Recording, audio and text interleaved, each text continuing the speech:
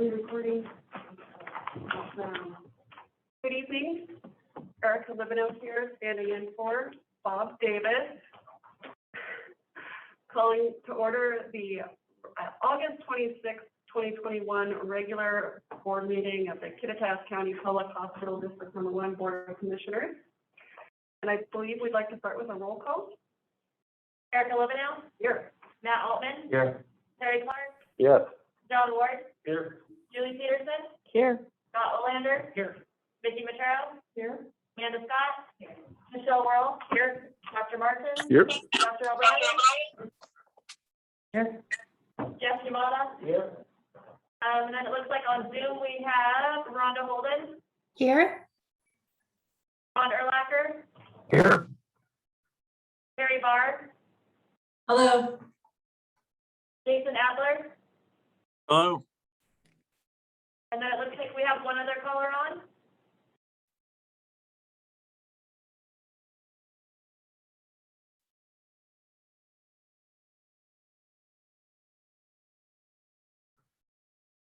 Thank you, Mandy. All right, let's start with the approval of the agenda. Make a motion for the approval of tonight's agenda. Erica, I'd like to make just an amendment to the finance portion to add a capital request. That's not on here. Okay.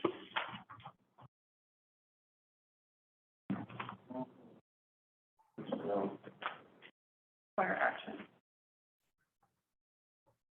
Do we have documentation for that, or will that be? I have some documentation I can, but I can do that. Is that for, are you planning presentation, and just wondering what to get? It's a discussion from Ron about planning for the campus. All right. I'll make a copy of it. Right. Correct. I move to approve the agenda as amended. Moved by Matt to approve the I agenda, second. and seconded by Terry. All in favor, say aye. Aye. Aye. All opposed? Motion carries. I'll move to approve the consent agenda. Motion to approve the consent agenda by John, Second. second by Terry. All in favor? Aye. All opposed? All right, time for public comment. So reminder for public comment, please state your name, address, and limit your comment to 3 minutes. We can discuss comments, but we do like to hear. So is there anybody who has a public comment?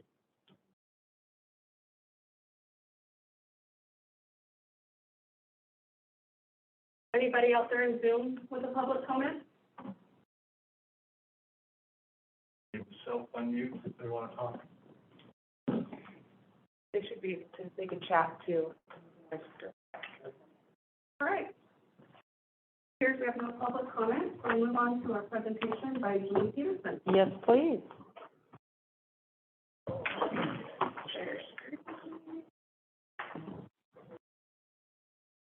So at your place, you should have the annual report from the Rural Collaborative, and the Rural Collaborative is an organization that we've been with for about 5 years now. And at the time that we joined, I had an opportunity to talk to the board about what I thought the role of the Rural Collaborative was and what the benefits were. But it occurred to me we have some new board members, and it's worth refreshing anyway, because the collaborative's done a lot of growing in the last 5 years. So just what is the Rural Collaborative? So this is the history of the collaborative, and it actually started back in 2003, and I believe it probably started at a variety of wine bars and drinking holes in the peninsula region before that. But it started out as the Western Washington Rural Health Collaborative, and there were 8 members, and those members were Fort Jefferson, Summit, Pacific, Arbor, Ocean Beach, Florida, Mason, Whidbey, and United General. So you can see there really was a geography there. At the same time, the Western Washington Rural Collaborative was growing up. They had an analogous organization on the eastern side of the mountains called the Rural Hospital Network. Members started to, the collaborative grew over the next several years. And in about 2015, they had a number of organizations on the west side of the mountains as well. And this is where, in here was where I joined when I was at Prosser and really learned the benefits of the collaborative. So they changed the name from the Western Washington Rural Health Collaborative just to the Washington Rural Health Collaborative. And then in 2021, we've grown again to have 21 members as members of the collaborative, and we rebranded again to the Rural Collaborative. So at this time, we serve a population collectively or in our hospitals of 485,000 people. And we'll talk more about sort of the collective impact of the collaborative. Okay. So what makes the Rural Collaborative unique? And so the Washington State Hospital Association, AWPHD, and the Rural Collaborative all serve very unique niches. So WSHA represents all Washington State hospitals. Literally all hospitals in Washington State are members, which is not true of associations and others. The majority of the members are rural, so we outnumber the bigs in the system, but the majority of the dues come from the bigs in the system, and sometimes you feel that. They provide advocacy in Washington with our lawmakers and regulators, so they spend a lot of time down in Olympia. They are playing defense, they're promoting legislation that we like, but even when the legislature is not in session, they're working very closely with the delegations around the state, getting our message out in front of our locals. They also provide advocacy in DC with the Washington delegation of the regulators. They are the recognized voice of Washington State Hospitals. So they are the go-to organization. When the governor wants to get a message, or wants to hear from hospitals, when the Department of Health wants to convene something, it's the Washington State Hospital Association that they go to. So these are their strengths really and what we rely on them for. We pay, they are an affiliate of AHA. We pay the American Hospital Association about $17,000 a year in dues. WSHA, we pay about $57,000 a year. What they are a little less effective for, and the reason that we rely on some of these other organizations, is that they've never really gotten their contracting arm off the ground. So they don't do collective buying, there are some things that they do, but this has really never risen the way we wanted it to.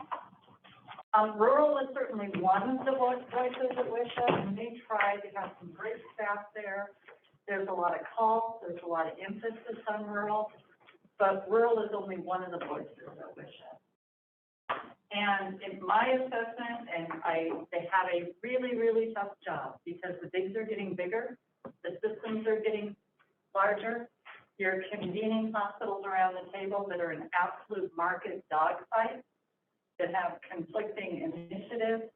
And then an awful lot of those hospitals also have insurance companies associated with them. So when we try to get traction around insurance issues and payer issues, we find half the hospitals sitting at the table are also insurance companies sitting at the table. So this is a really complicated organization. It's a very sophisticated advocacy organization, but it's not a pure rural voice. AWPHD represents Washington Public Hospital Districts. They represent all public hospital districts, large and small. So I think the smallest one is East Adams. The largest one is either going to be Kirkland or Renton.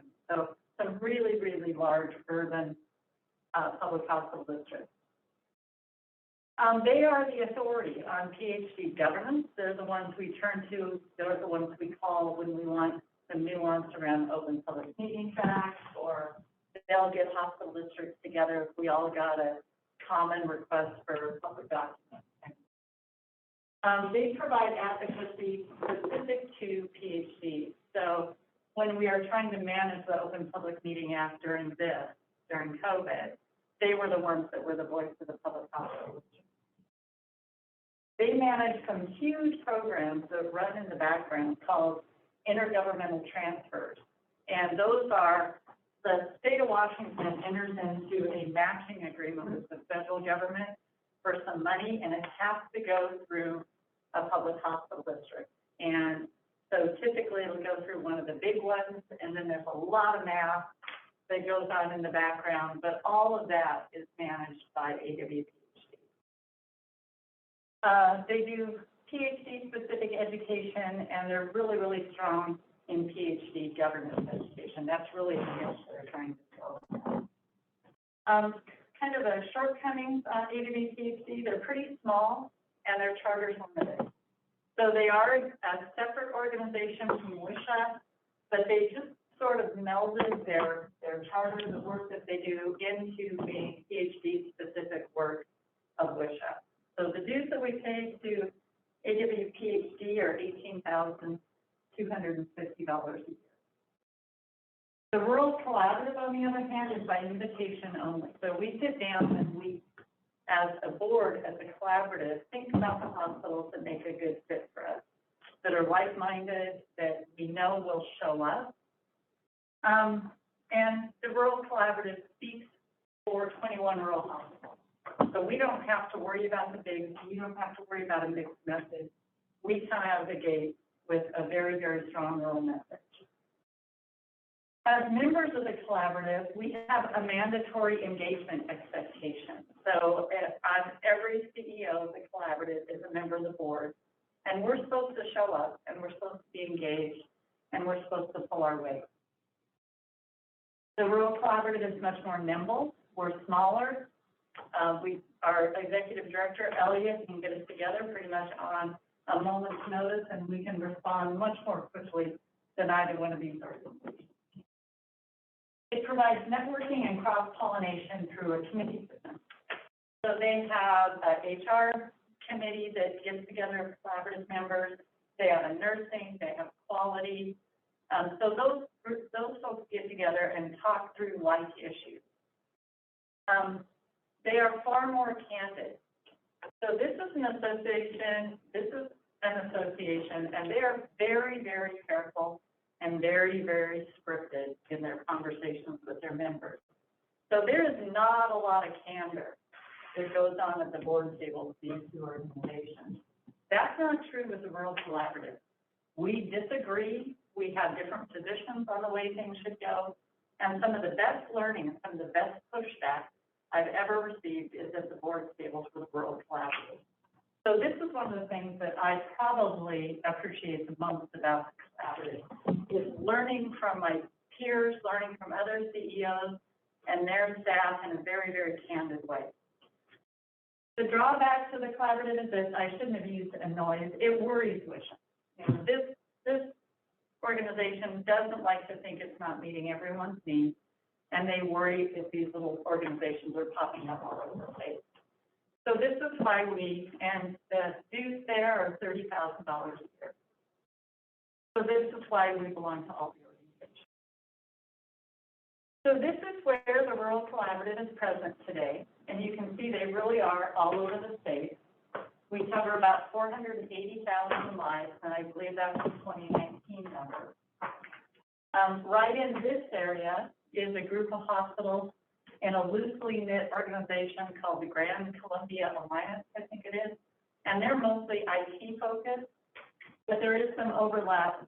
Some of those hospitals also belong to the collaborative. This was the domain of the old rural hospital network that I talked about. That is really not very active anymore, and we picked up a number of their members who've come over to the collaborative. So the network may very well be disbanding this year, and we will invite all the hospitals that are remain in the network to join the collaborative.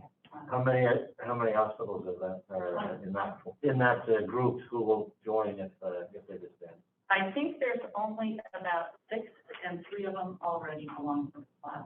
Okay. That's what's huge. So it wouldn't be a giant change, just 3 months. You can see we really are all over the state of Washington, and a variety of different sizes and missions and services that we provide. Okay, so this is the staff at the collaborative. Elliot is the executive director, and she comes with a very, very impressive resume. She came up through the California University system, ended up at Harvard. She has a PhD in some sort of public health statistics, and really holds her own at just about any table, whether it's with regulators or with the other associations. So she's a really impressive person to work with. Previously, she led the organization on the peninsula that is analogous to the Greater Columbia ACH. So she knows most of these players and she knows how to herd cats. So, and Paul Kennelly is our contract person, spends a lot of time on the phone with Scott, talking to the nuance of service contracts and plan contracts. What links Rural Collaborative Hospital? So all the members of the collaborative are both public district hospitals and rural. Because we're PhDs, we can use an instrument called an interlocal agreement. So we can get on the phone because we have an interlocal agreement between all the organizations, and we can talk about race, we can talk about things that would otherwise be considered antitrust. It gives us the ability to contract collectively without having that threat of antitrust. Because we're all public hospital districts, we have access to this. What it does do, though, is it excludes participation from some pretty attractive hospitals. Tri-State is one. Great thinking going, great clinicians there, but we really can't invite them into the collaborative because it threatens this arrangement. They're also all rural. So again, I mentioned the largest public hospital districts in the state are obviously in King and Snohomish counties, so they're going to be Evergreen and Renton. It would be great from a purchasing perspective to have them on board, but that dilutes sort of what our issues are and what our voice as rural hospitals are. So the intersection is PhD and rural. This is the committee structure I talked about, and this is something that under Elia's leadership has really been reinvigorated. So our quality folks participate in this. I know Linda Navarre gets on and participates here. Revenue integrity is the plan contracting piece of this. And this is pretty much the backbone of this organization for years and years. It was our ability as rural hospitals with very little purchasing power to come together and bargain with the plan. CFOs get together. I think you're the chair this year, Dr. Martin, of the physician lead. No? News to me. You might be, but no.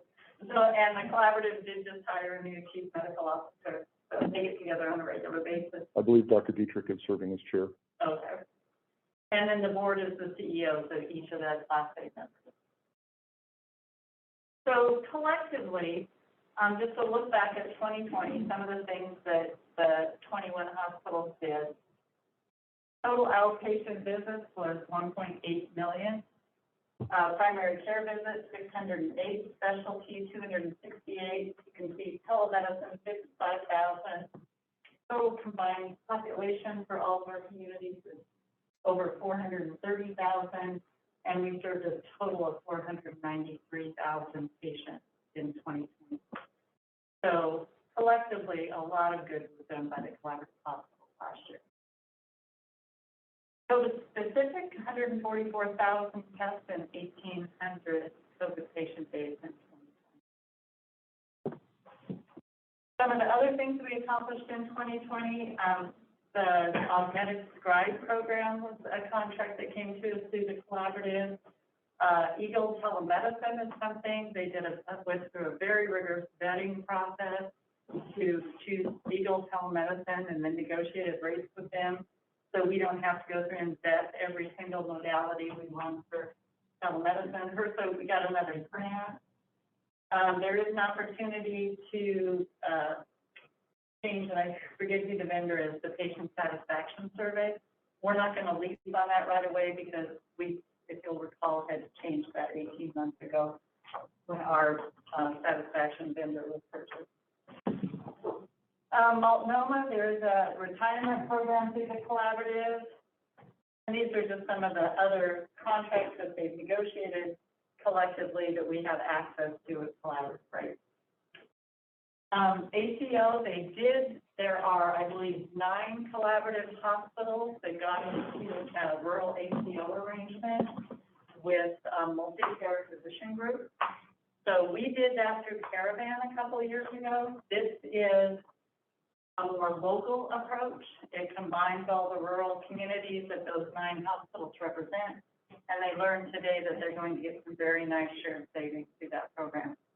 We elected not to go in this first year because we were just getting out of Caravan and that hadn't been a particularly positive experience. So we're going to let this other 9 go first. The future of the collaborative, so this is the one I'm really excited about. We are putting together, we're working with legal right now to put together a for-profit arm of the collaborative that will have the expectation is there will be a return on this investment. So this is a for-profit that's expected to make profit.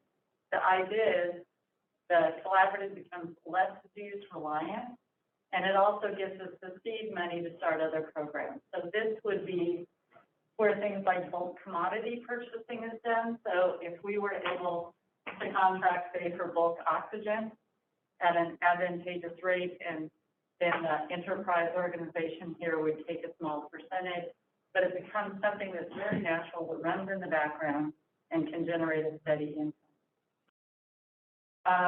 Medical plan, we could collectively put together a self-insured medical plan.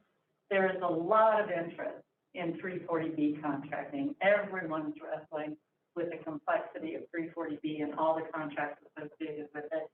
So there's a real interest in going here. And there's a need to get our hands around population health data. So this is just some of the things that we're looking at putting in the enterprise as a for-profit arm collaborative. The other initiative that they're working on, as I mentioned, is the ACO and value-based purchasing. So there are a lot of members of the collaborative who are really interested in getting creative with the payers about sharing in better healthcare. And we simply cannot get the plans to slow down and listen to us or bargain with us. So hopefully through the ACO and other creative value-based purchasing arrangements, we'll be able to do that, but collectively, what we have not been able to accomplish individually. So this is in the future. And that's it. Any questions? I have a question. What year did you say KVH? I would say, I want to say it's 2017.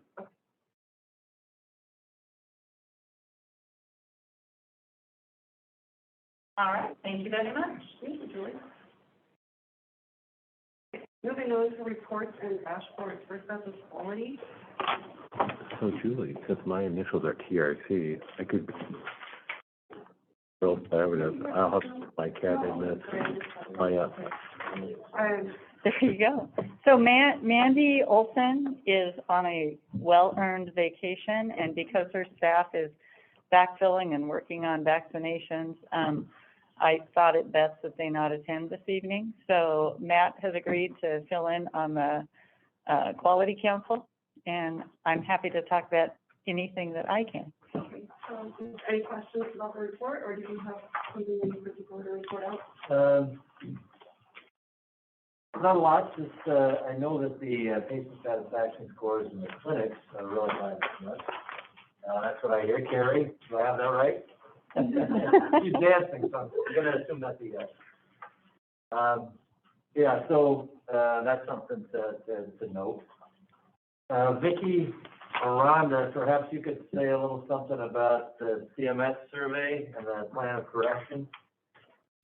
Did you guys have anything to add to that, or anything you think we should know about that? Well, I know that Judy, go ahead. No, go ahead, Rhonda. You're up, Rhonda. Oh, okay, I'm up. I know that Julie did receive a notification from our surveyor about the plan of correction, and Linda Navarre was able to take that with Mandy being out, work with Ron and answer those questions. And I believe, Ron, did they end up filing for another extension for some of the work over at Radio Hill? No, excuse me, we didn't file for an extension because with that reinspection came another 60 days. And we had the work already scheduled. In fact, one of them happened today, and then one of them is scheduled for next week. So we didn't need the extension. Okay. I think between Linda and Ron and everyone, we finally got the all clear this afternoon, late in the afternoon. So I think we put the last of the issues there to bed. But Rhonda also had a home health survey in the meantime, so. We did. We had one deficiency, so we submitted a plan of correction, and I heard yesterday that that plan of correction was accepted. So we're all good to go there. Great, and Vicki, did you have anything to add, or did they? No, just, a commenting on the nursing, plan corrections, those were all received and we're working on correcting those and getting things in place so that mostly documentation issues. Yeah, so at QI Council, we talked about that a bit, and Terry, I know you were sort of interested in what those plans look like, and so Mandy got us some material for Terry and I to review, so we appreciate that. But obviously, if any of the board wanted to get more involved in that, they'd be happy to share it with you. But as for now, Terry and I are sort of involved in that on QI Council, representing the board. Yeah, so I think, I mean, you all have her report. We've talked about some of the stuff at QI Council, but if you guys have any questions about anything on the report that other people might be able to respond to, or anything about the dashboard or anything?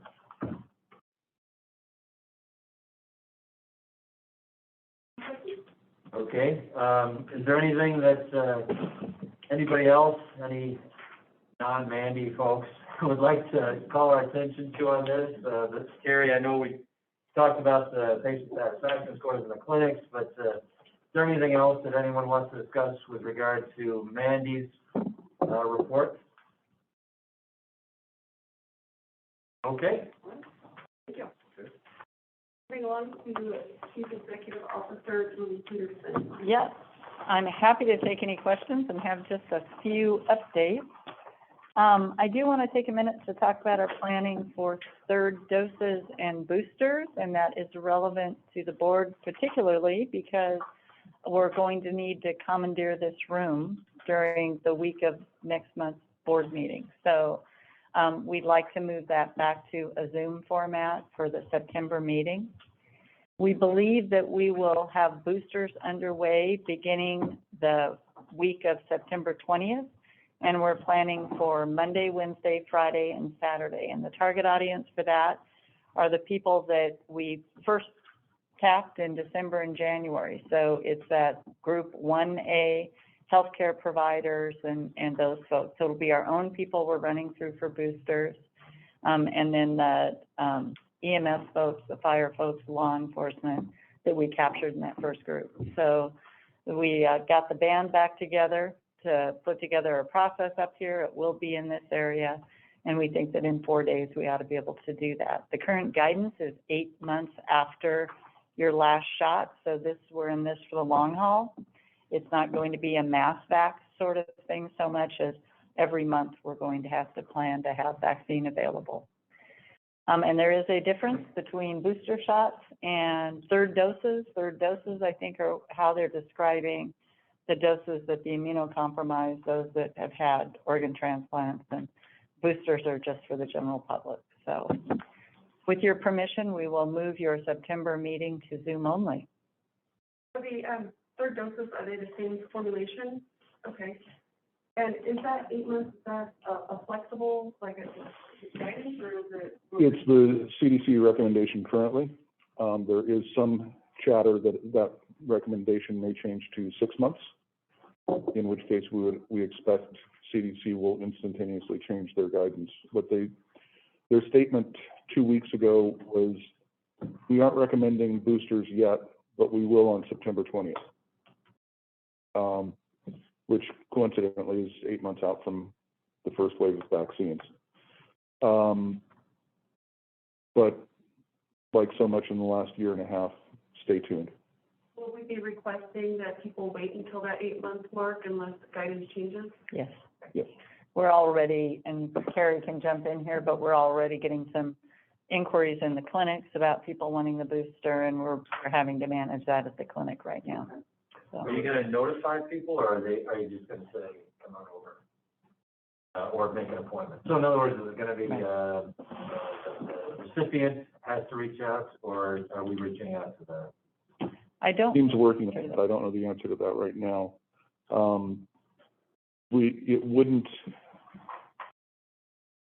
It would be possible to go back and look at, since in the early phases, we were doing it essentially by invitation. So we should have documentation of who those first recipients were. I know who the very first one was. Yeah. Hmm? Emery. Anna and Catherine, who was part of that team, I know they're all working on putting a plan together. It just hasn't been put forth yet. Okay. And they'll be working with public health again on this, so. All right.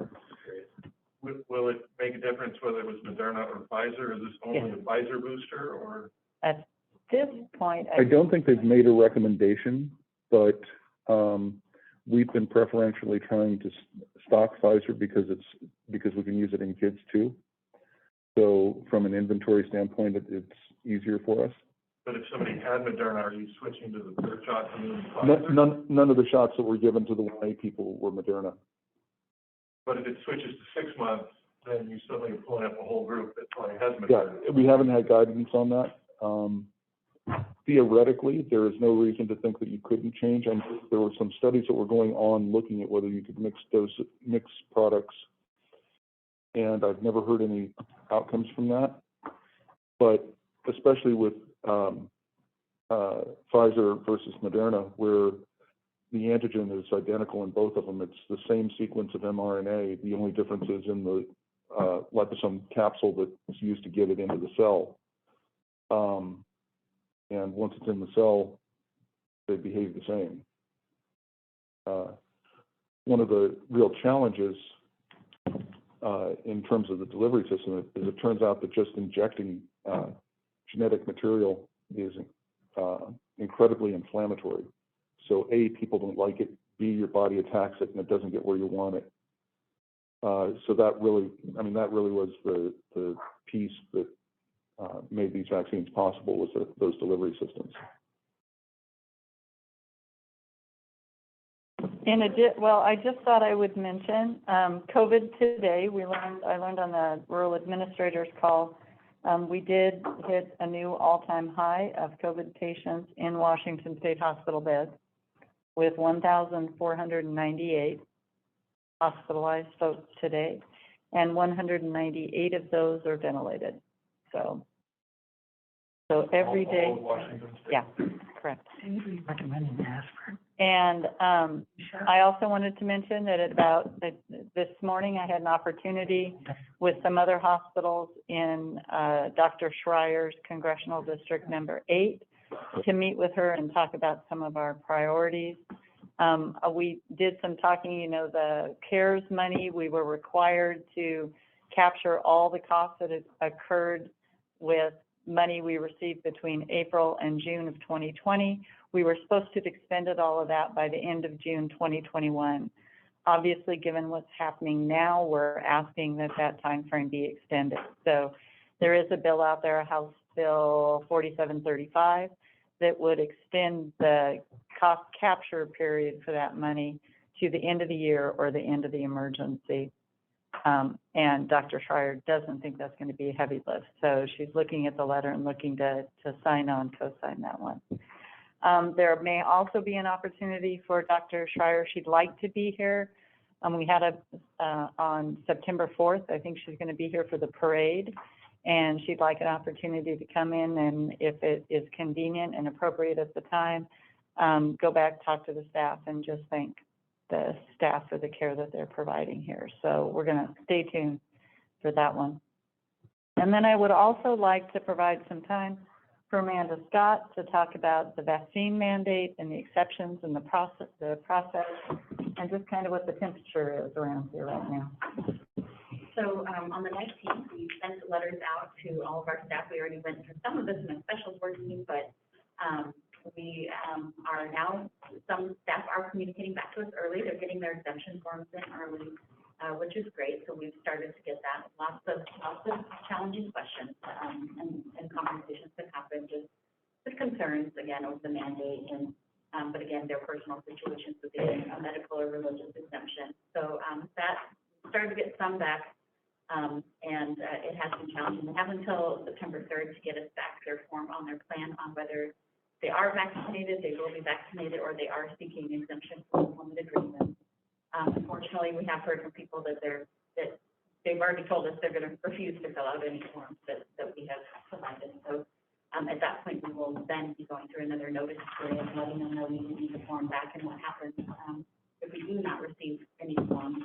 Julie did a great job kind of introducing kind of the timeline and what takes place on the form.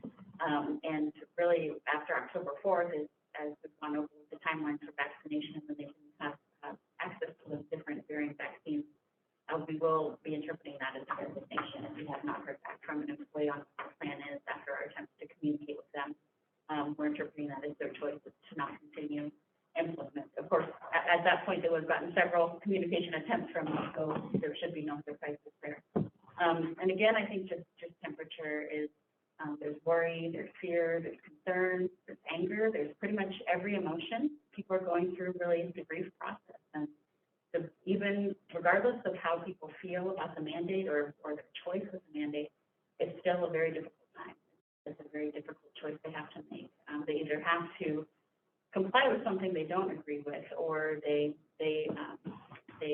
risk the choice that they may resign from employment. We have had several of those, very limited, but several people that have not pursued accommodation and not wanted to go through that process and work with us as an employer. They've made the decision for themselves to end employment with us. So it really is heartbreaking. There's a lot of sadness, especially with those leaders that are losing their staff. I am one. I unfortunately lost one of my staff members as well, so I can definitely empathize, and I really appreciate the support. Again, I think the difference here at KVH is the support of each other, and even the leaders who are reaching out with the challenges that they're facing, saying, how is HR doing? You guys have to do this with the whole organization. It must be so hard. And so there's a lot of empathy, which is really great, and it has been very challenging.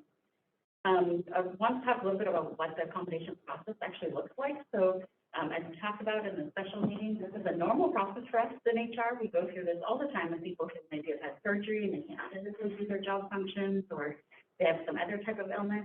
The difference with this process, though, is that we have timelines that are mandated to us through the mandate. The result is mandated, usually through the interactive process. We get to really take all information together and decide what's best for us, the employee and the organization. But we do have some clear direction in the mandate that we have to follow that is a little more challenging to navigate than we have, as well as just the volume of questions and meetings that we'll be having of employees. We will be making a personal connection with every employee. The intent of that is not to interrogate or question or really battle it out at that point. You know, we've already provided a lot of information. We've been in this a long time. We certainly offer any education or information people need, but by this time, people feel pretty strongly as they've gotten to that point. And so we will be just making sure that we understand their request, we understand their reason for accommodation. We have the opportunity to ask any questions. If we have questions, provide any clarification, they can ask questions. And then we talk about accommodation, which really the primary accommodation at this point is regular testing. That is seeking for, in most cases, unless there is a conflict, which we will need to decide if we're able to continue that accommodation request. So again, it's a normal process, but a little more challenging. But we are bound to that interactive process, which is through employment law and the ADA. And so we do want employees to just, don't hesitate, reach out. If they want to know what the meeting looks like, they can ask that as well, and we can walk through that. We're trying to be very sensitive when we're reaching out. We have started to reach out to schedule those meetings. We have not had any yet, but we will be in the next couple of weeks with those that have turned in their forms early. I also want to mention that we've had great partnerships with our labor unions through this time. So WSNA, we've had 2 meetings so far. The first one, I think, it went really well. There's still a lot of unknown as we got into more deeper of just really realizing the impact of this. Of course, it got a little more emotional and more challenging, but we are working on a memorandum right now with WSNA on what the process and the impact would be with the staff. It's not too far off of what we've already discussed, and a lot of it is reiterating the mandate and the laws that we are held to already at KVH. But there are some specific requests that we are evaluating and looking at and making some language needs there.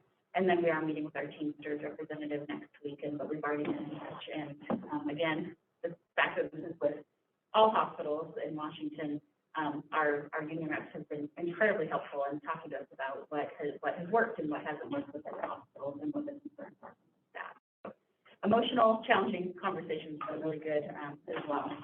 Can I jump in here for just a second? Amanda's in a really unique position, being an HR person entering into this accommodation process and the exemption process in a hospital setting.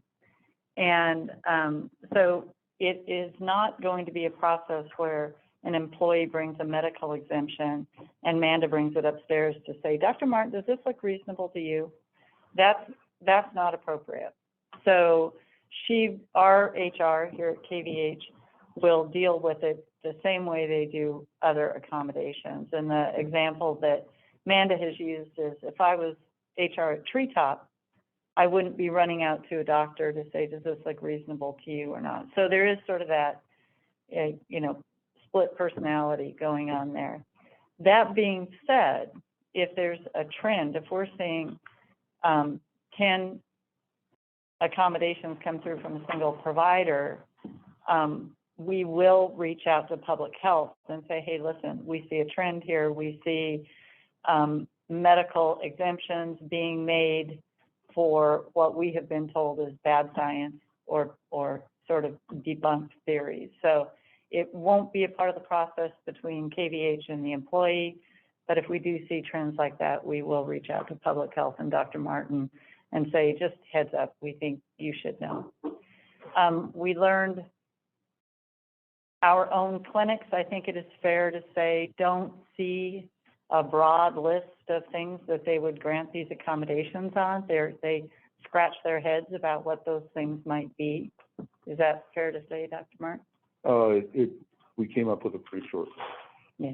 an anaphylactic reaction to a previous dose of the vaccine. And that is about the only medical content. ACOG and Society for Maternal Fetal Medicine are both recommending the vaccination for pregnant moms. It's hard to find a medical basis. And I did note, I was looking at some of the paperwork that we got with the revised proclamation today. And one of the questions that the state is using on its form before granting a religious exemption is the question, have you ever received a dose of any vaccine or medicine in your life?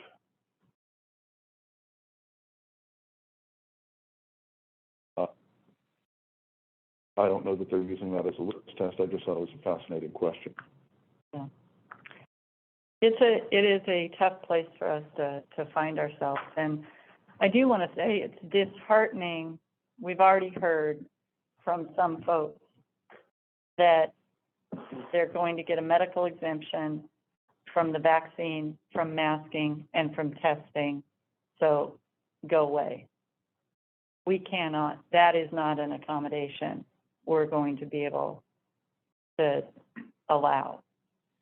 So there's some hard, tough decisions coming up. And I want to say one more time, this is not a 90-day or 180-day thing. We have assurance from the governor's office that this is a permanent requirement. So if you cannot find your way to get vaccinated in healthcare in Washington state, sadly, you're probably going to need to change to a different industry in Washington state.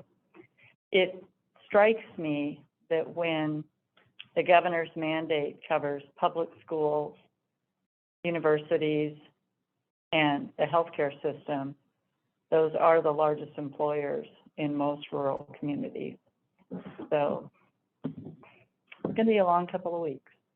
In collaboration with other organizations, healthcare organizations, about if there is some exodus of staff on what we do, how do we take care of patients with we don't have the staff to do it? I don't think anyone has any answers. In talking to the collaborative CEOs, KVH, the good news is KVH is more vaccinated than the state is. So we actually started with a relatively high vaccination rate. And we're finding out that some of those folks that we didn't have a status on were in fact vaccinated. So that number is going up. There are rural hospitals out there with 35% of their employees vaccinated. One hospital I know received resignations from their entire diagnostic imaging department. So I don't know that there is a plan B. Unless you've heard something I haven't, Dr. Martin. The proclamation did mention that the National Guard remains activated, but aside from that, I can't imagine. I mean, we can't create staff out of thin air.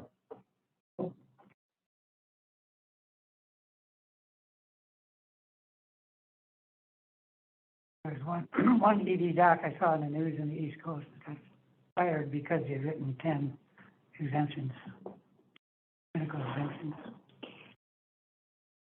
I'm happy to answer any questions from my report or fill in things that you feel I've left out. All right, thank you. All right, thank you, Julie. And operations, and Vicki. Thanks, Amanda. Hi. I don't have a written report in your packet because I was gone last week and today felt it kind to not make me spend vacation. So I've jotted down a few notes just about what's going on in the nursing department.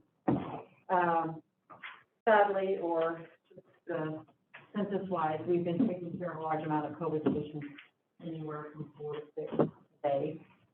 Currently today, there's 6 in-house. 5 of those are in CCU.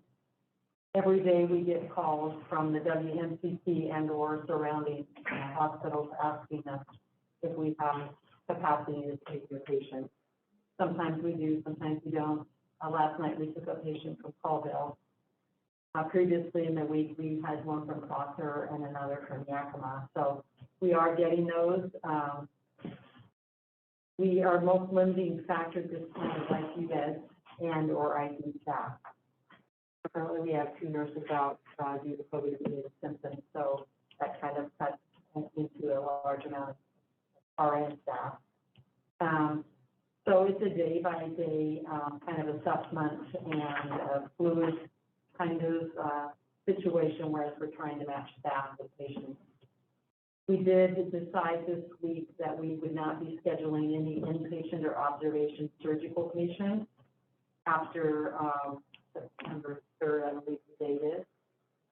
We're going to suspend those for at least a month so that we can accommodate the medical patients that are requiring ICU care and med-surg care. Most of the patients that we admit are started in ICU status just because they're that sick. And then the length of stay for these patients is anywhere from 2 to 4 weeks. So they're here a long time. Occasionally, we can get the more sicker ones transferred out for more definitive care, especially pulmonologists or ECMO or any other type of treatment. The age of these patients are anywhere from 22 to 35. So we're seeing all types of patients, all ages of patients.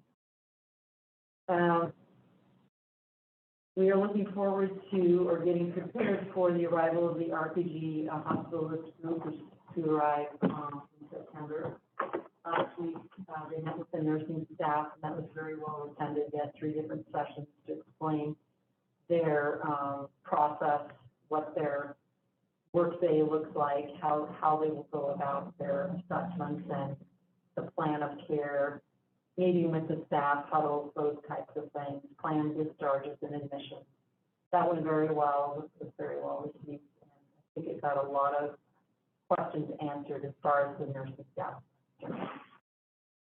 There'll be that first day there'll be dual coverage, so there'll be a learning process, and particularly for the night shift, because that will change their work. Peggy from radiology, dial 440, Peggy, 440, please. That will change their work as well. However, we didn't hear a lot of angst or worry about that.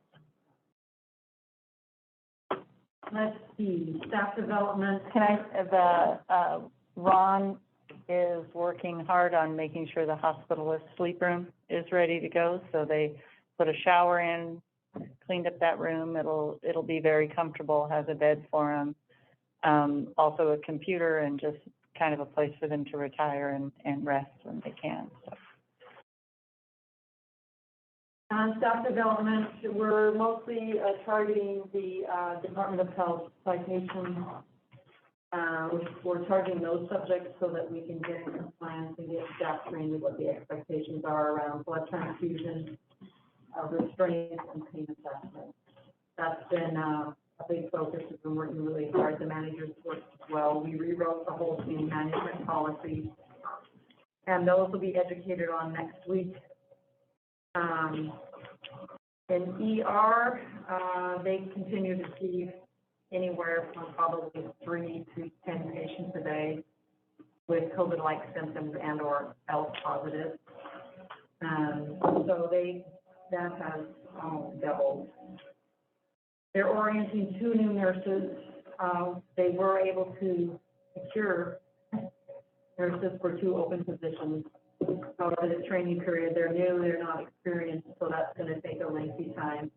We are still struggling to get agency staff, particularly on the night shift on med-surg and CCU. Those have been posted probably now for 2 months with no applicants. We are able to get agency help intermittently, but not on a permanent basis. OB, we're glad to say Julie Harwell was hired into the 4th trimester resource center. That's what they're calling that program. Her office is on the main floor line across from mine. They haven't seen any patients yet, but they are working to that end. There's a lot of pre-work that needs to be done.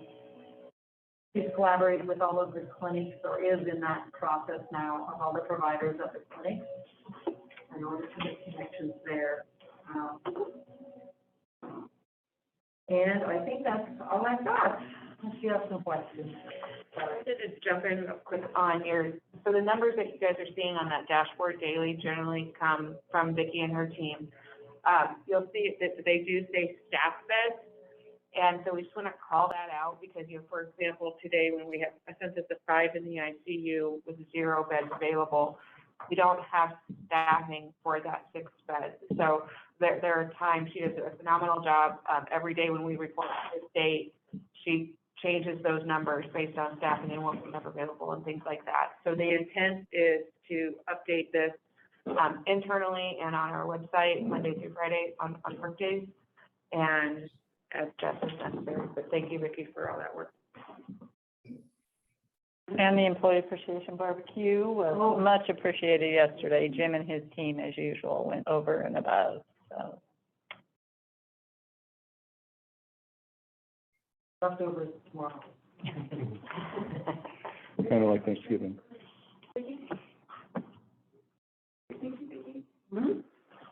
Brenda. Hello, everyone. It's certainly been busy, I have to say. You can tell by the length of my report, we have a lot going on. One thing that I wanted to call out is our Clay Elum physical therapy.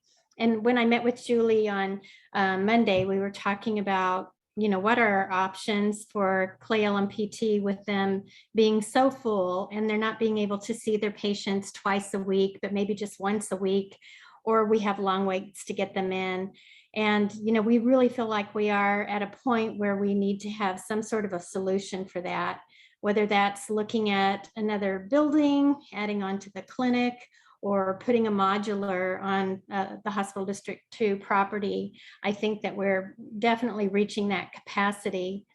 Along with that, I know just even the Clay Elum Family Medicine Clinic has been busier and they feel like they need another physician, which is obviously Carrie's territory, not mine. But just with the rapid growth that we're experiencing in Upper Kittitas County with the different building projects that are going on, I think we're going to be seeing a lot more people, and we need to keep our eye on that. The other thing that I haven't heard mentioned yet this evening is about the mandated vaccinations for our contracted providers. And we did get a little bit of relief today, with the latest governor's proclamation, he's clarified that some of the people that come in quickly to the building and don't have very much contact with other people in the building, and they're there for a brief period of time, will not have to follow the mandate to be vaccinated, which is good. So that helps us for the Pepsi guy that we lovingly refer to, and vendors like that are quickly coming into the building to pick something up and then quickly leaving. So that's a huge relief. And we are all working with our vendors in our departments and sending them letters about this mandate, because many of them are out of state and not aware. So we're trying to look at that piece in addition to our own staff. I think that's all I have, unless you have questions for me. Brenda, I have a question for you. The mitigation measures that might affect Hospital District 2, have they thrown around any ideas on what that might look like? 47 degrees north. They haven't. When I met with them, I think they were talking about some sort of a financial mitigation for us, and we haven't had any determinations with Hospital District 2 on what that would look like yet. But we do know that just even one ambulance costs us $300,000, and that's for the rig alone, not the staff to go with it. So it is quite expensive to have to add on any type of services. And we're currently building that ambulance station up there, which also has a very high price tag too. So.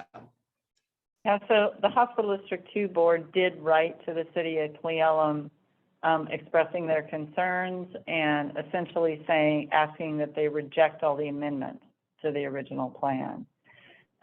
So we did, we considered the initial plan that was much more about single-family homes, not the RV park and things like that. So we've asked that they just reject the amendment.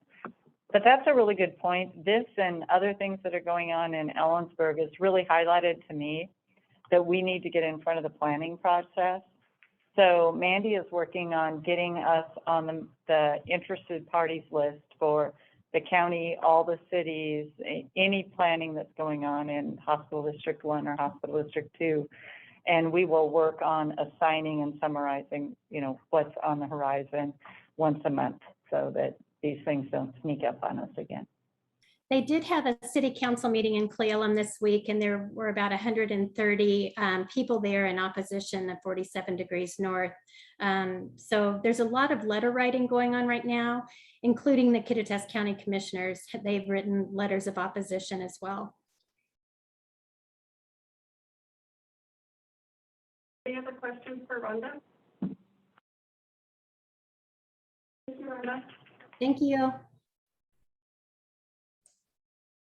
Hey, Chief of Clinic Operations. Good evening, everyone. I have my report, and the only addition I reported in my report that beginning August 9th, we had started our COVID vaccine. And I just wanted to add to that report that in those 14 business days, we've been able to get 218 shots into arms. So we're really proud of that.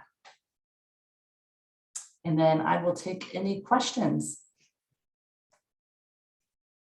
So that's a huge number. I mean, our vaccine efforts had trickled to 6 a week kind of thing. So I really think people were and it's not everywhere in the clinic, but pretty close. So the docs can say, have you considered doing it? If they say, yeah, I have, boom, they've got a vaccine. So That's great. great work. So Carrie, you mentioned on here the GEMBA that we did at General Surgery and Vascular. I know that I appreciated that, and the other people on the board, I'm sure, appreciate it. And yeah, so we're happy to do more of those. I think we really got a lot out of it. So thank you for doing that. Well, you're creating a clinic manager war. So I have Emily Comery, who is now trying to get something scheduled because she's feeling left out, that you haven't seen cardiology and neurology. So that will happen sometime this fall. We'll get you in there and do a tour with those folks as well. Great, thank you. Yeah, looking forward to it. Thank you for doing that. Thank you. Any questions, other questions for Carrie? All right, thank you, Carrie. And Nicole Worrell, People Information Officer. Yeah, so it was quarterly report time. So what I gave you, and you can let me know, I would appreciate feedback on if this is helpful and what you're looking for. This spreadsheet that you have here is actually pretty much a mirror of what is on my whiteboard in my office. And this is something that my team plans out on, literally on a, start at the beginning of the year and start to kind of, what do we know about, what do we forecast? It's everything from new providers that are coming into the system, so we can plan for both promotion and just the logistics around that. If moves are taking place, specific campaigns, videos that we know that we're going to be doing for the theater, or for example, when we did the My Why campaign. So it takes every aspect of what I would kind of say are core functions, and we plan out as much as we can, and then based on what's happening in the community with providers, with these activities, things like that, we make adjustments as necessary. So this gives you just a general overview of what we're doing. And then for the rest of the report, it is more of the, where are we doing real targeted marketing outreach, and what are we trying to move? And so the two things that we're really looking at right now is we continue with that workplace health outreach when they were taking on the additional clients. We achieved, when you look at the cost and what for the cost per lead and what we've achieved, the team has done a great job, and we far exceeded what we were experiencing. I think it's just a couple more months that we were going to be looking at that, and then that would fall off the dashboard. And what's coming on is within the Vaccine Confidence Grant that you heard about a month or so ago. That's going to be a whole nother marketing campaign. Is vaccine confidence in general. Obviously, COVID has a big piece of that. So we've started looking at what are the metrics we're going to be able to report back to say, did we move these needles? Right now, we're looking at what are the vaccination rates in the county, both reported by KVH and Washington State, and what is our vaccination rate here in the hospitals for, and these are COVID specific. That kind of seems to be where the team wants to go on that. So we have until summer for that fund. I was talking to Mitchell yesterday. We're kind of with everything that's happening real life. I don't need to interject special plans on top of what we're doing to respond to this COVID pandemic right now. And so we're just kind of getting through this next couple of weeks of waves, and then we'll build that out further. What is the significance of the flush or speech colored boxes? Absolutely nothing, it just costs it. Oh, on this one? Okay, so on this one, theoretically, the concept is they're automatically driven by what's happening the month before. So like we'll take Toma, for example. We submit a new ad. A Toma is top of the mind ad. It's those small ones you see in the records. We submit a new ad every month. That month will run for a 4-month cycle, being interchanged with the other 3 that you see there. So each month, like graphically, we're only doing something new, one thing new. So it's saying, okay, we've got new creative on a white box. The orange box is creative that's carrying over. I see how they march out. Yeah. The daily record is very technically on our contract, we don't get to change them out, but say, for example, there was an emergency and for some reason I needed to pull one, they're very good about allowing us to do that. So we talk about, obviously the outreach itself calendar is pretty slim this year when you're talking about physical outreach to people. Same thing with patient stories. There are just certain things that we can engage with My Why or provider stories and things like that. We're doing more this year. We just started with CWU with some of their advertising in the union and things like that. And so that's an opportunity for us to build out. We're doing more with the TRIB this year in Upper County. So that's kind of, any questions? How do you, like at CW, I know that you have something at the athletic field. I mean, on the basketball court, you have something on, I think it's football. And then you also, so you have it on the screens in the student union, and you probably, I think you also put it, lot of different outlets there, so. Correct. I mean, Yeah, I assume somewhere you're keeping track of all the different ways. Absolutely, yep, you know, and for example, you know, so like CWU, we're kind of, I try and each year I get further away from the mind of a student. But, you know, we're thinking about what are realistic services that they would be coming off campus for. So, you know, really kind of focusing on that dermatology, physical therapy, women's health, trying to get connections into their Carrie's team. I think she talked earlier in one of her board reports about the women's health team actually reached out to student health services and how they can complement each other. So we're trying, but I'm always open to other avenues, other ideas. Oh, no, I thought it would be, I wanted to point out the fact that even though it just looks like CW, little box, Right. there's 9 different things that you're doing for each one of them. Exactly. So, Yeah, that's exactly it. Yeah, all of these little boxes. Yeah. and I guess the other question I had was, what the heck happened in June on Facebook? June on Facebook happened probably with me. Oh, are we over here? Yeah, I was looking at your, the report. So, you know, the giant spike in June. Oh, yes. So during the month of June, we had, one of our nurses was the Kittitas, you know, the best of Kittitas County. She was awarded that, and there were a couple other employee recognition posts, and any post like that shoots up with engagement.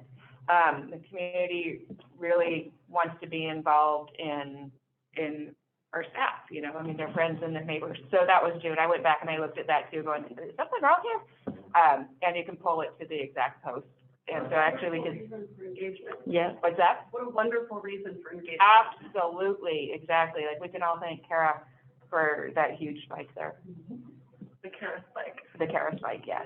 And I do apologize on the sentiment trends. Archive Social was literally just down at the time I was pulling the report, and so we can get those back in. Is this the type of quarterly report you're interested in? I think this is fantastic. Okay. Awesome. Thank you. Trustee Mata, Chief Information Officer. Yeah, hi everybody. On my quarterly report, this time I kind of pulled it down to the weeds, and so I really reported on what we monitor on a daily basis and weekly basis through our daily huddles. And so really, our ticket count, we have a ticketing system that captures all of the help desk tickets that people submit. And through that, we monitor our tickets on a daily basis through our huddles. We know the breakdown of where those tickets go, which area in IT, and how quickly they go. So, I can tell you we spiked, and so pre-COVID, our goal was always to keep it under 150. But post or through COVID and through, you know, the additional services, clinics and service lines that we created, we're now trying to keep it under 250. So, a lot of tickets that are out there, you know, we manage those every day. So kind of our priority at the moment. Outside of that, I just kind of reported on some of the projects that have been going on and have been completed. We have a new ticketing system that we've implemented, it's highly adopted. And our goal is to, you know, really utilize that to make our project efficient from a timeline perspective, but also from a sequencing.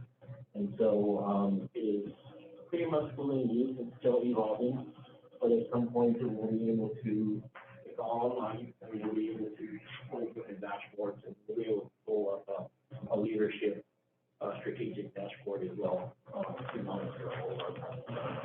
So, a lot of projects you can see in 2021, we've already completed 43 projects for the year. We have 25 active currently, and we have about 43 on goal.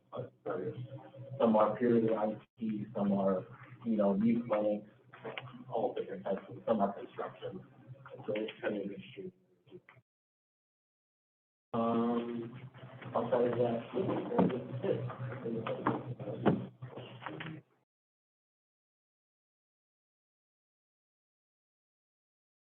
Just about every time you guys approve a project or a piece of equipment, it ends up on a project list for IT, so every. My pain is, there's not too many things that doesn't happen with IT in the background doing something.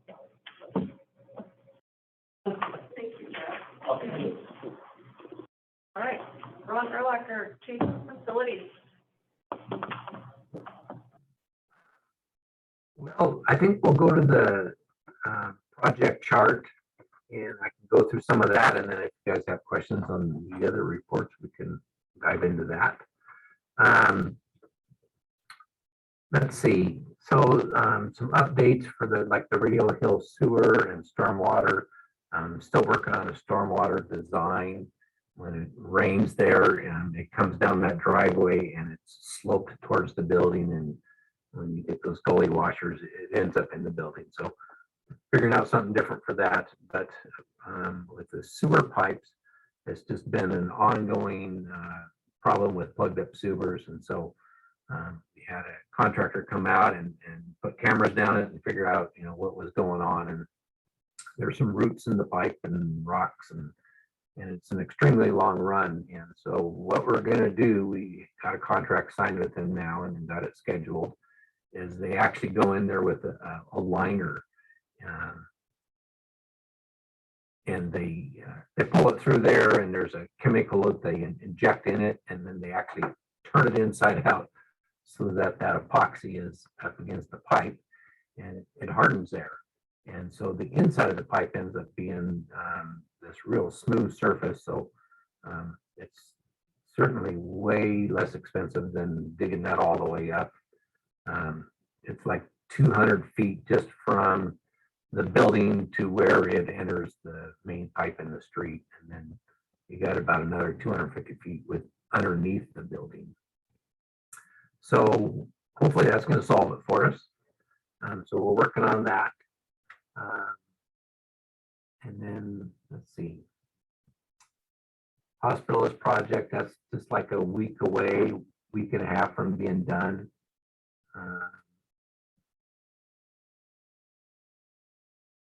Cafe remodel, that's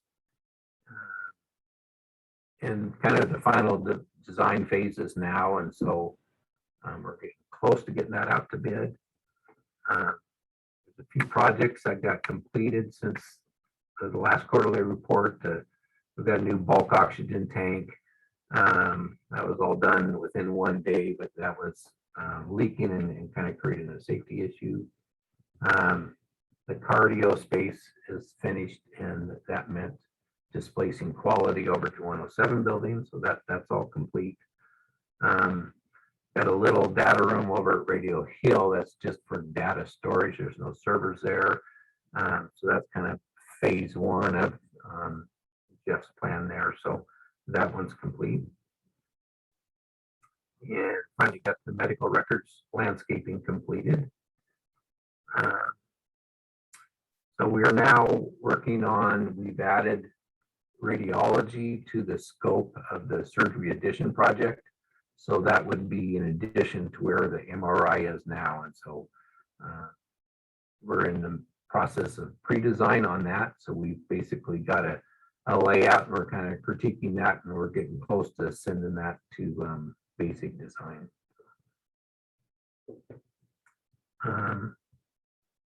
Pre-op clinic was finished up since then, and the materials management project for their interim storage is complete.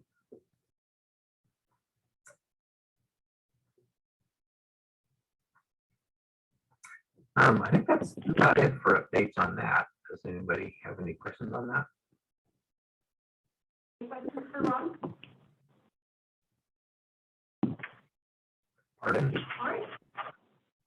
Thank you so much, Ron.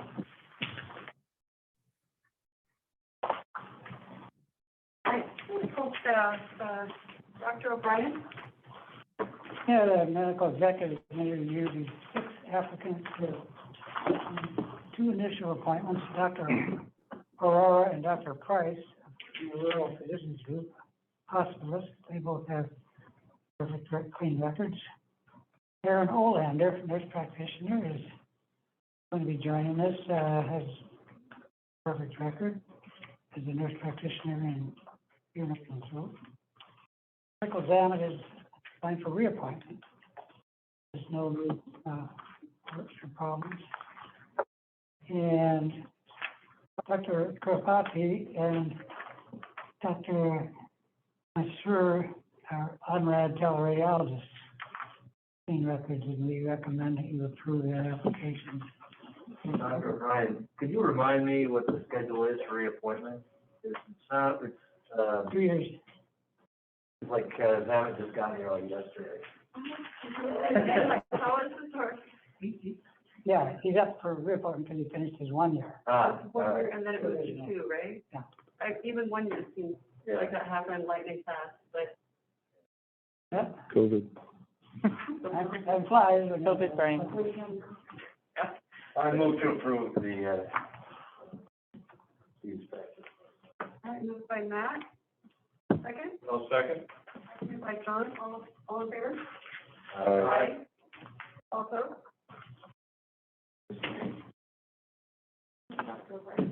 Thank you. Dr. Martin?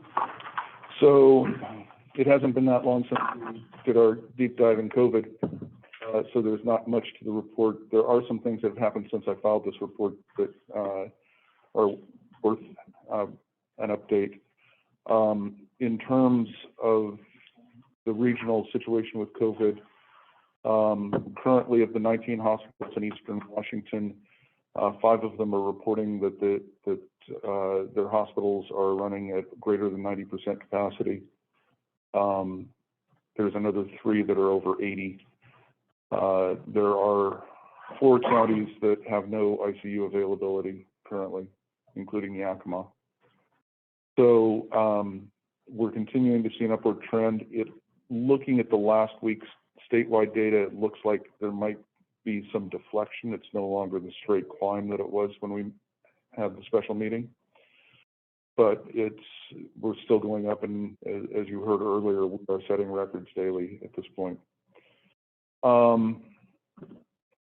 In response to that, the Regional Emergency and Disaster Preparedness Network has reactivated the call schedule for the triage teams. Dr. Altman has joined us as a new co-chair as of earlier today, replacing Maria Howard, who is professor at Gonzaga. We have published a call schedule through 18 September, and the call teams consist of an ethicist and 2 clinicians. Yeah, so when did they start the triage team?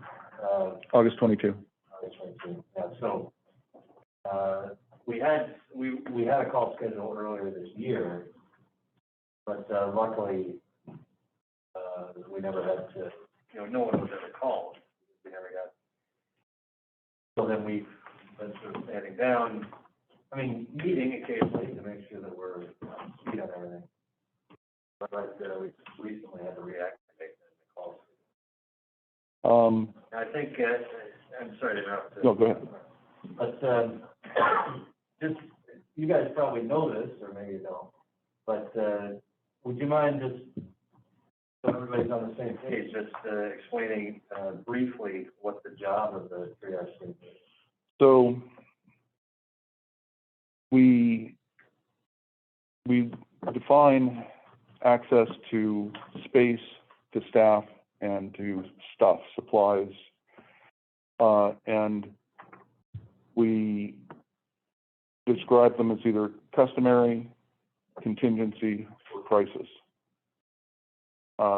Crisis is when contingency is you are not running business as usual, but you are able to give care as usual.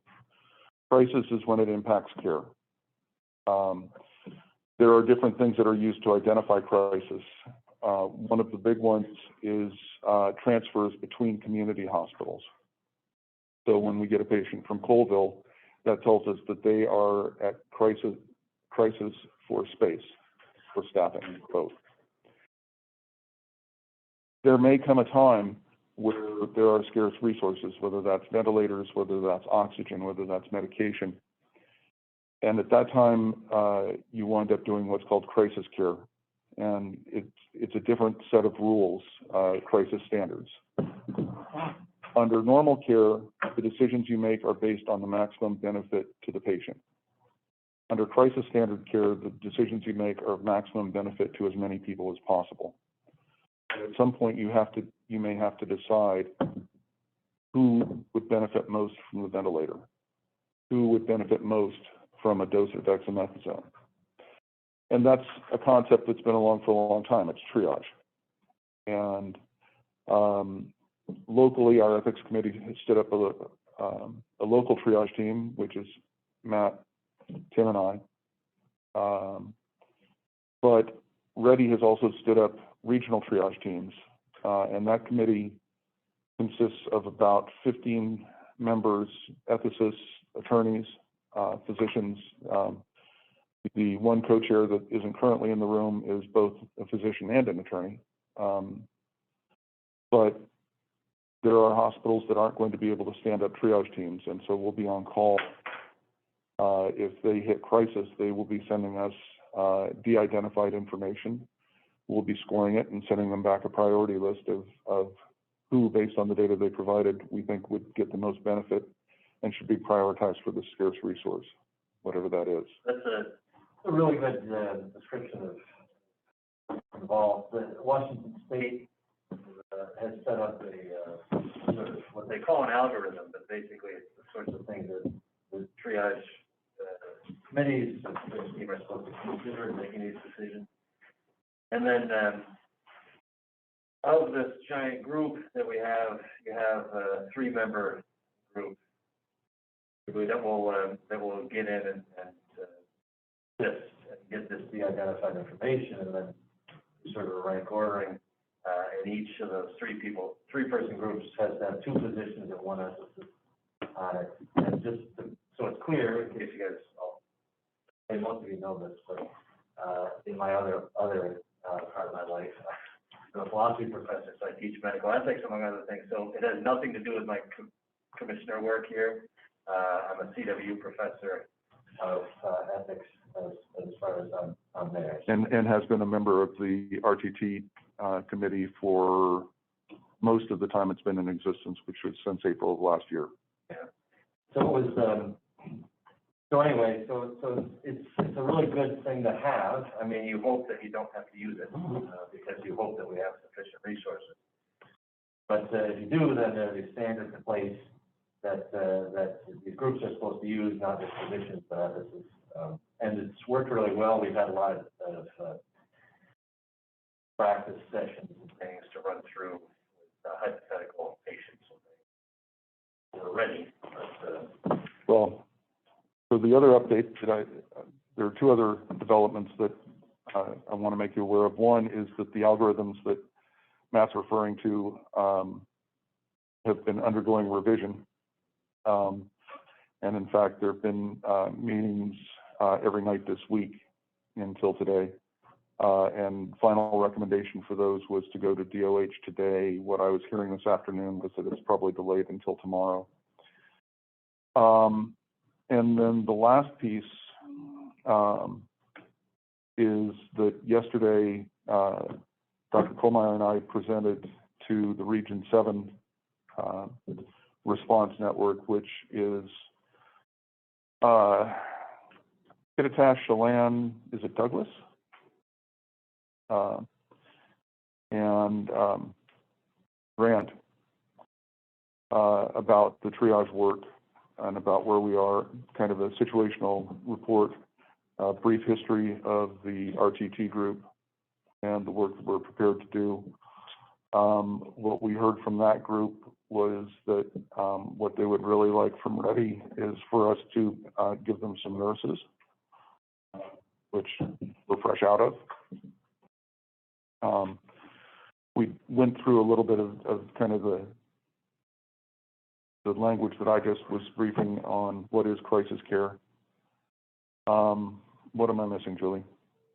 As you were too. You know, I think that And actually, I haven't heard any feedback from the audience as to how that went and whether it was useful. Well, I think that it was eye-opening for people to hear that there are hospitals that feel that we're there. And it was a reminder that we had made a commitment that no hospital was going to do this on their own. So everyone is working so hard, but there's a certain feeling of disconnect between the West Side, I think, and Ready, and a sense that just a few nurses, you know, if you only lose 20, 25 nurses to the vaccine mandate in fill in the blank big system, that's a whole different story than losing 3 or 4 nurses at a small hospital. So and they don't want us to use the term crisis care, so I think we coined chaos care. Yeah, I don't think they, as of today's, That's better. so one of the things that this work is rife with is obscure acronyms. The group that oversees most of this work at the state level is called the DMAC, which is Disaster Medical Advisory Committee. DMAC met earlier today, and they are acknowledging that we have hospitals that are in crisis for staffing, and also acknowledged that transportation is becoming an issue, which is something that they had been playing down. So Transportation and about moving patients between hospitals. I did have a chance, and I know the Hospital Association, this is on their radar now. I think they were meeting with the governor's office. But the fire departments have reported that they have a lower than the general population vaccine rate. So there's a real concern, and again, I think we on the east side have always been aware that ambulances are a scarce resource. I'm not sure they had that awareness on the west side of the mountain. So that got their attention. So they're talking, go ahead. The other thing that I think I'm hearing from this work is that lack of awareness. Gosh, somebody shows up when I dial 911. Right. I don't think it's east versus west. I think it's I-5 corridor versus rural. That could be, yeah.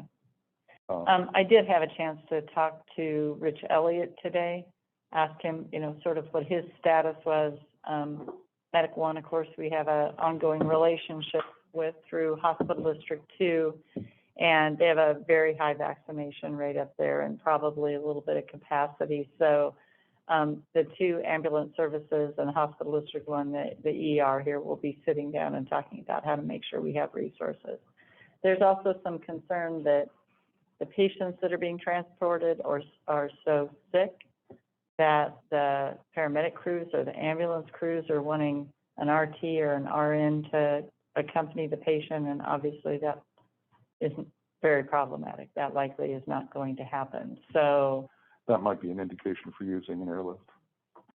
Yeah, and I understand, I think it was Dee Dee who told me that's taking a lot longer now to get a helicopter in too, so. We did hear. There are a lot of states that are in this position. It's not like And it isn't a county in Washington, it's every county in Washington. We heard earlier this week of a patient that sat in the emergency room at Lourdes for 125 hours waiting for transport to an ICU. So this is another indication, in case you need another one, how bad things are. Dr. Martin and another physician, and I or somebody else, may get a phone call, you know, at 2 o'clock in the morning, and we'll be on Zoom half an hour later trying to decide who can get, of the 8 patients on a list, which 6 of them are going to get. Well, and if the resource is in Seattle, which ones get transported? If there's no resource in Seattle, which ones get the resource locally? And I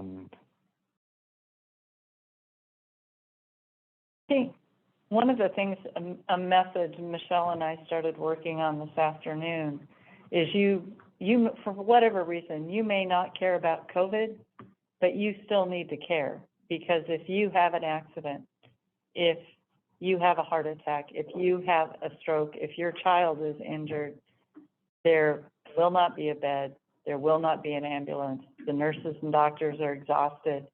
So you may not care about COVID. That may not be top of mind for you, but the care that you've always expected when you come into your hospitals simply may not be there. So we're working on how to, we feel like people are on sort of COVID fatigue, and we don't want to trigger people by talking about masking or vaccines, but we really need to get people's attention around the entire capacity issue. It's, you know, we've been pushed over the edge by COVID, but it's impacting every patient looking to be admitted to a hospital. Yeah, we pray there's not another bus rollover on. So, Yeah. Any questions?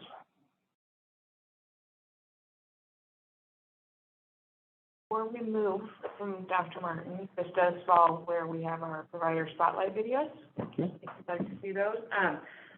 So this month, we've gotten about half of the rough cuts that for the big push that we did at the end of June. So this.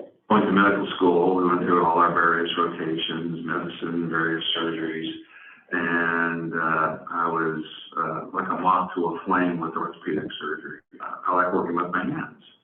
And to see the outcome of that surgery, how it improves people, is just the greatest satisfaction that I think most physicians can have, especially me. So we do a lot of arthroscopy surgeries. I do a lot of shoulder surgeries, a lot of knee surgeries, in addition to all the fracture care. But that sports medicine and adult reconstruction are the two main focuses on my practice. Every patient's different. I may see the person for knee pain, and the next 20 people all have different circumstances. So it's very individualized. Every patient becomes kind of a customized treatment plan based on what they need, what their beliefs are, and that mirrors KVH's philosophy. It's all about the patient. The only reason why we're here is to take care of people. That was Dr. Marriage, and I pulled him this month because I loved that last statement. And then the next one, let me find here.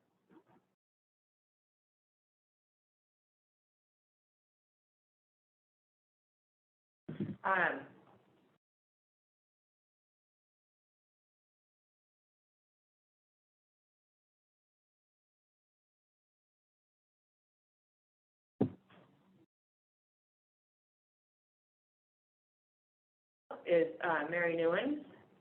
Started out wanting to be a bedside nurse because I had family members who had been ill, and I had seen the caring of bedside nursing and how rewarding that was. I did that for several years, and then I was kind of led on to become a nurse practitioner. And the heart of my desire to be in healthcare has always been in wound services. So whenever that came up, I always have kind of gone in that direction. I found it to be really rewarding. There are a lot of things in a person's life that contribute to them having a wound. Often it's they don't have certain nutritional needs. Their medications aren't quite where they need to be. Maybe they don't even have a primary care provider per se. They were self-referred to wound services. So to me, what is really fulfilling is to help them meet all the needs they have and kind of coordinate that. And there's a rather cliche saying in wound care that we treat the whole person, not the hole in the person.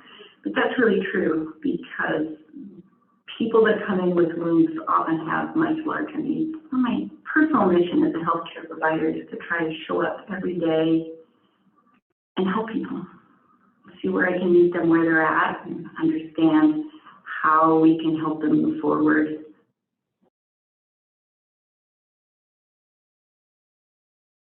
So those those two just actually kind of struck a chord with me this month, so that's why I chose them.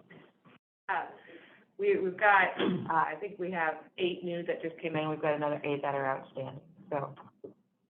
Excited about these. Thank you. More questions? Nope. All right, moving on to Chief Financial Officer Scott Linden. Thank you. With all this discussion about volume, it does help the finances, unfortunately. And we have a very good financial report for the month of July. It starts on page 56 with stats, and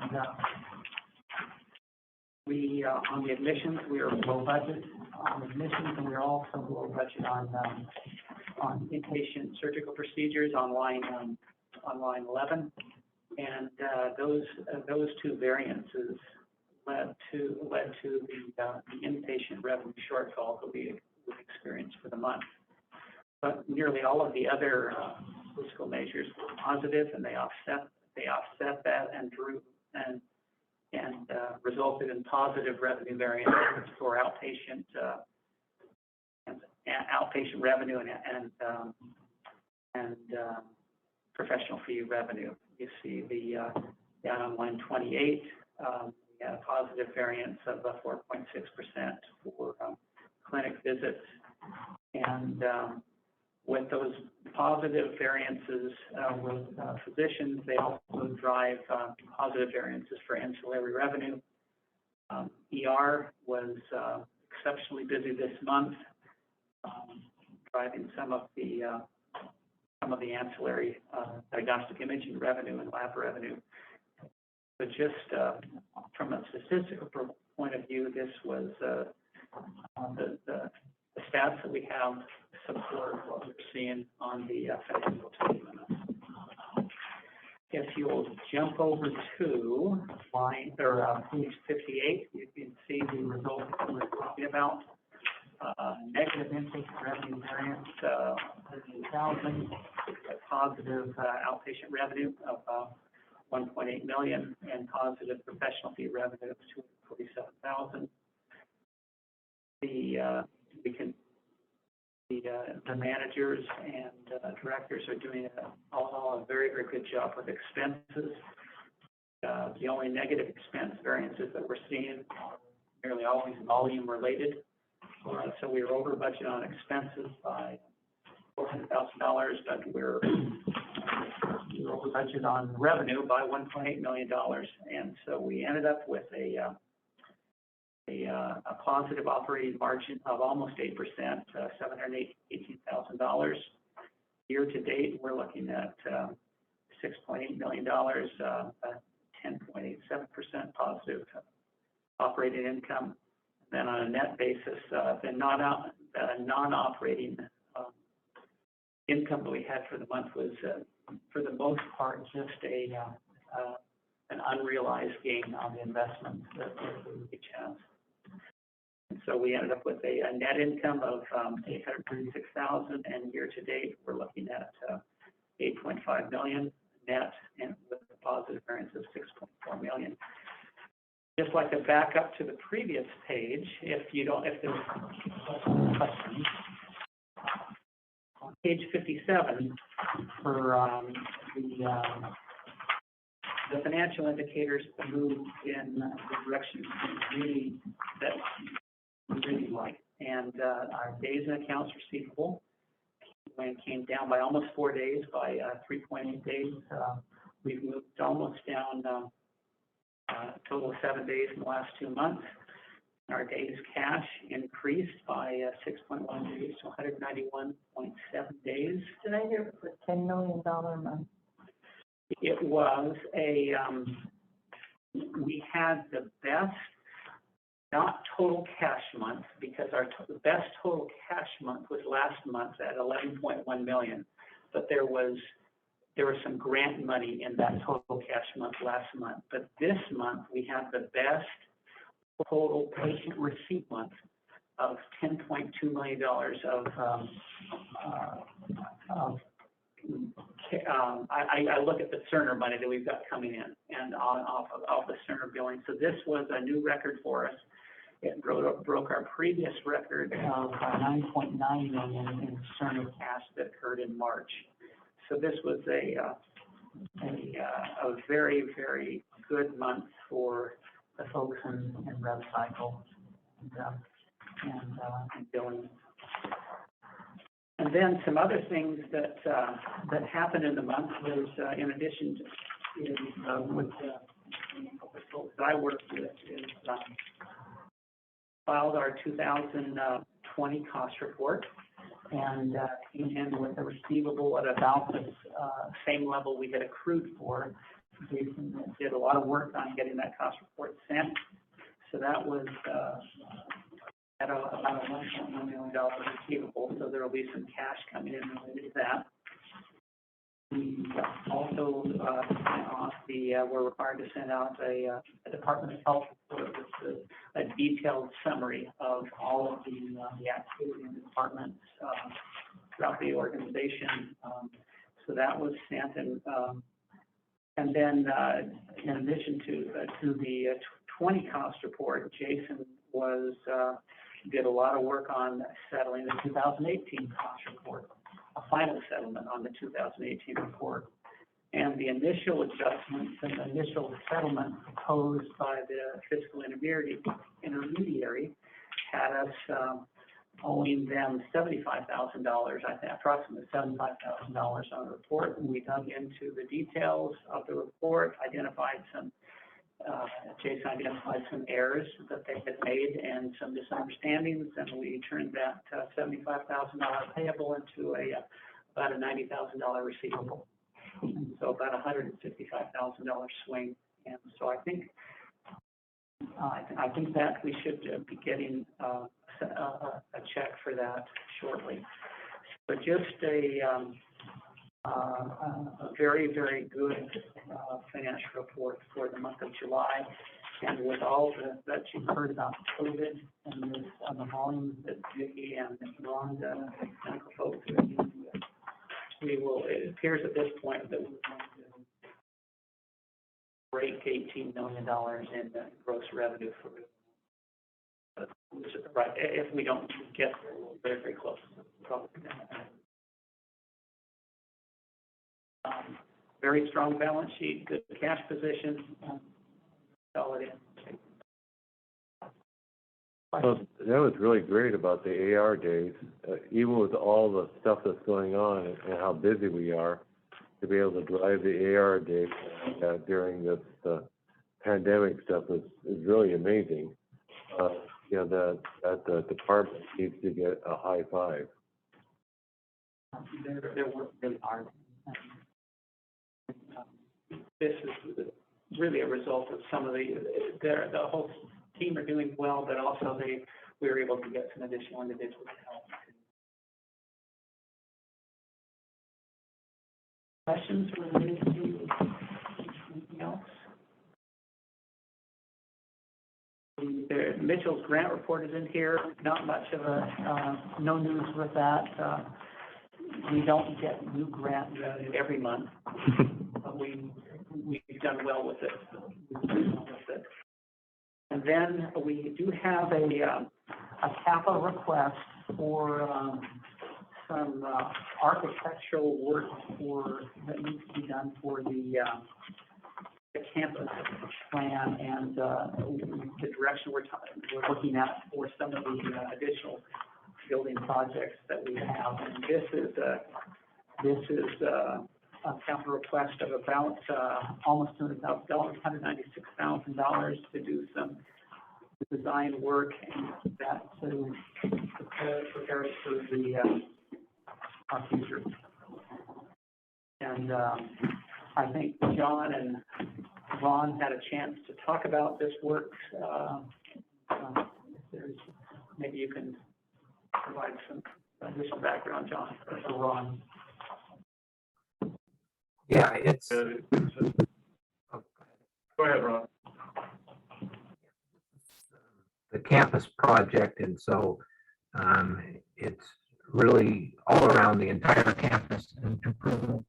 So it kind of addresses traffic pollution in the front, and it addresses just whole vegetation that from the design, needs to come out and just kind of refreshing the whole thing. And we plan on we'll regain a few parking spots in the front by the redesign. It'll include a digital sign in the front, and then there's some pathways in the back that we're looking at putting in, and there are just a whole bunch of several, and it's in the contract and kind of linked out nicely.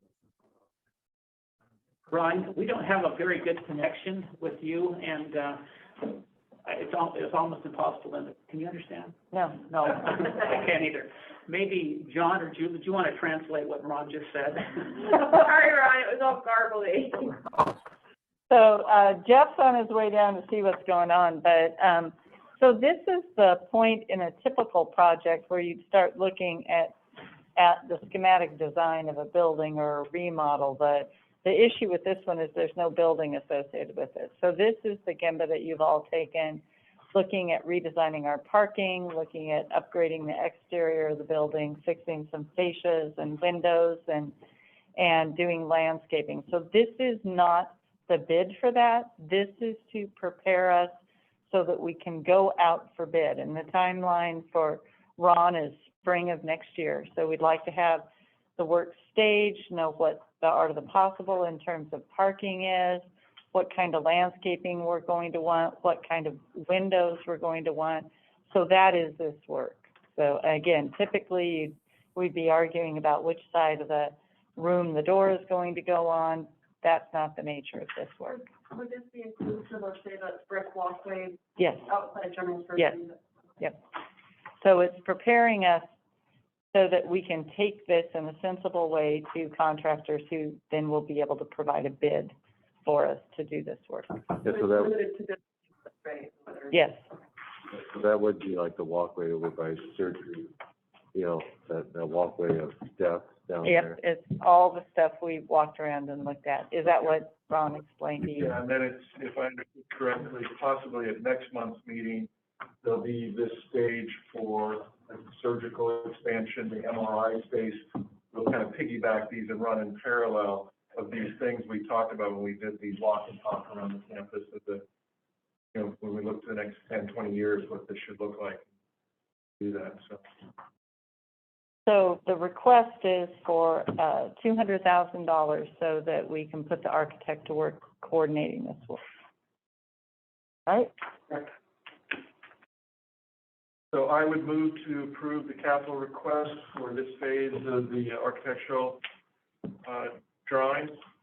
I second.